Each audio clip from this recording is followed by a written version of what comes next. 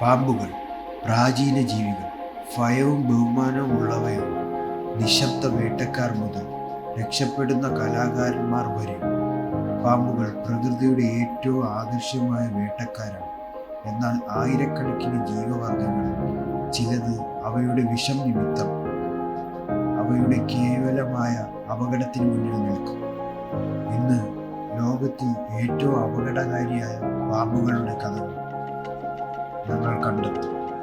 Australian പുറമ്പോക്ക് മുതൽ African വനാന്തരം വരെ അവ മാരകമായതിനാൽ നമുക്ക് ആരംഭിക്കാം.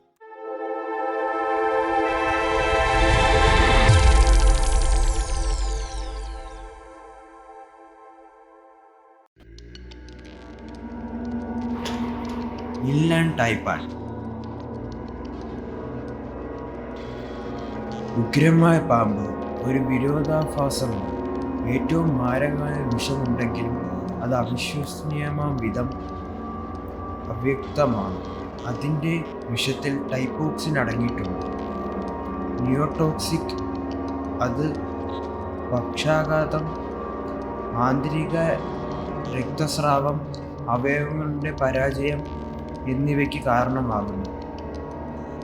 ഭാഗ്യവശാൽ ഈ പാമ്പ് ഏറ്റുമുട്ടൽ ഒഴിവാക്കാൻ ഇഷ്ടപ്പെടുന്നു. രാജവെമ്പാല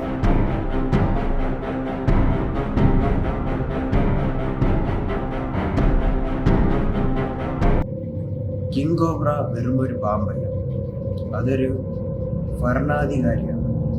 ഭീഷണി നേരിടുമ്പോൾ അത് എഴുന്നേറ്റ് അതിൻ്റെ പ്രതീകാത്മകമായ പത്തി ജ്വലിപ്പിക്കുന്നു, അസ്ഥി മരവിപ്പിക്കുന്ന ഫിസ് പുറപ്പെടുവിക്കുന്നു. എന്നാൽ കൗതുകകരമായ കാര്യം ഇതാണ്: ഇത് പ്രധാനമായി മറ്റ് പാമ്പുകളെ വിഷമുള്ളവയെ പോലും ഭൂഷിപ്പിക്കുന്നു. പാമ്പ് ലോകത്തൊരു രാജാവ് ഉണ്ടെങ്കിൽ ഇതാണ് രസകരമായ വസ്തുത. ഇന്ത്യയിൽ ഇതിപ്പോഴും ശക്തിയുടെ പ്രതീകമാണ്. Black mamba. ബ്ലാക്ക് മാമ്പ എന്നത് ഭയപ്പെടുത്തുന്ന ഒരു പേരാണ്. ഇത് വെറും ഒരു വിഷം മാത്രമല്ല, അക്രമകാരിയും വേഗതയേറിയ പാമ്പുകളിൽ ഒന്നാണ്. മണിക്കൂറിൽ 12 മൈൽ വേഗത്തിൽ എത്തുന്നു. അതിൻ്റെ വിഷം മിനിറ്റുകൾക്കുള്ളിൽ നാഡീവ്യവസ്ഥയെ അടിച്ചുപൂട്ടുന്നു. അതിലും ഭയാനകമെന്തെന്നാൽ അത് പലപ്പോഴും നൽകുന്ന ദ്രുതഗതിയുള്ള ഒന്നിലധികം കടികൾ ബ്ലാക്ക് മാമ്പ പലപ്പോഴും മരണം കൊണ്ടുവരുന്നവനായി കാണുന്നു. അത് കാണാൻ എളുപ്പമാണ്. എന്തുകൊണ്ട്? റസൽ വൈപ്പർ അഥവാ അണലി. റസൽ വൈപ്പർ ചെറുതും എന്നാൽ മാരകവുമാണ്. ഗ്രാമീണ ഏഷ്യയിലെ ആയിരക്കണക്കിന് മരണങ്ങൾക്ക് ഇത് ഉത്തരവാദിയാണ്. അവിടെ കർഷക സമൂഹങ്ങൾ പലപ്പോഴും അറിയാതെ അതിനെ ശല്യപ്പെടുത്തുന്നു.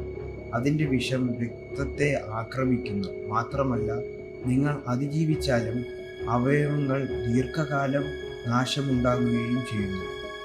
ഉള്ളിൽ ഒരു മൂർച്ചയുള്ള ഹിസ്സിംഗ് ശബ്ദം കേട്ടാൽ ഓടുക. Eastern brown snake. കിഴക്കൻ ബ്രൗൺ പാമ്പ് വേഗതയേറിയതും അക്രമാസക്തവും അവിശ്വസനീയമാം വിധം വിഷമുള്ളതുമാണ്.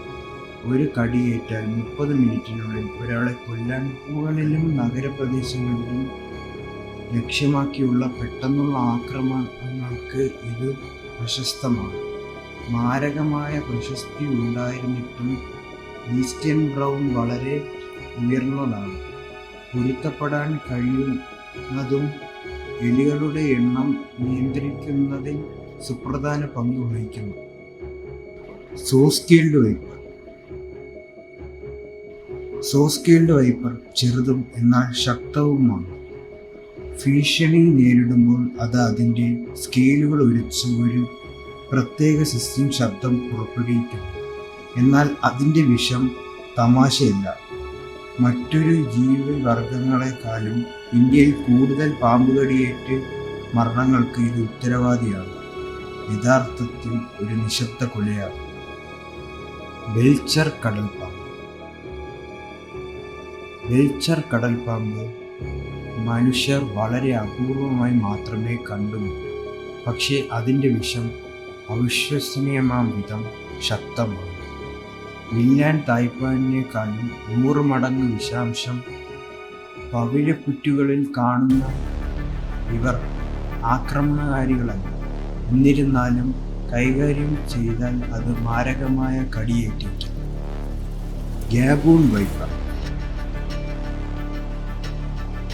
ഗാബൂൺ വൈപ്പർ മറവിയുടെ മൂർത്തിഭാവമാണ്.